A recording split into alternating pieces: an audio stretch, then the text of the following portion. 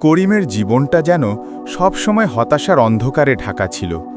ছোটখাটো কাজ করতেও ব্যর্থ হতো, সংসারে টানা পড়েন, মনে সবসময় একটা দুশ্চিন্তার পাহাড়। যতই চেষ্টা করুক, জীবনে যেন কোনো সাফল্য আসছিল না।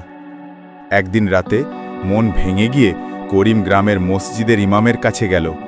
চোখে পানি, গলায় কাঁপা স্বর।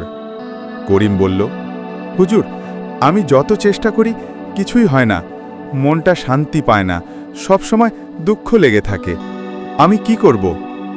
ইমাম সাহেব মমতা ভরা দৃষ্টিতে তাকালেন করিমের দিকে। কিছুক্ষণ চুপ থেকে বললেন, বেটা, হতাশা শয়তানের অস্ত্র। তুমি আল্লাহর দিকে ফিরে যাও, নিয়মিত 5 ওয়াক্ত সালাত আদায় করো, আর রাতের নীরবতায় তাহাজ্জুদ নামাজ পড়ে আল্লাহর কাছে চাও। আল্লাহই দানের মালিক, তিনি মনের ভার লাঘব করে দেন। করিম সেদিন থেকে নতুন করে শুরু করল।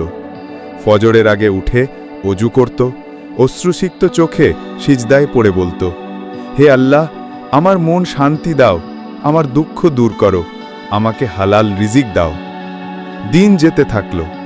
ধীরে ধীরে করিমের মনে অদ্ভুত প্রশান্তি নেমে এলো। কাজের প্রতি আগ্রহ বাড়ল, আত্মবিশ্বাস ফিরে এলো। কিছুদিন পর আল্লাহর রহমতে সে একটি ভালো কাজ পেল। সংসারে সুখ ফিরল, মন থেকে হতাশা দূর হয়ে গেল। করিম বুঝতে পারল, আল্লাহর দরবারে হাত তোলা কখনোই বৃথা যায় না।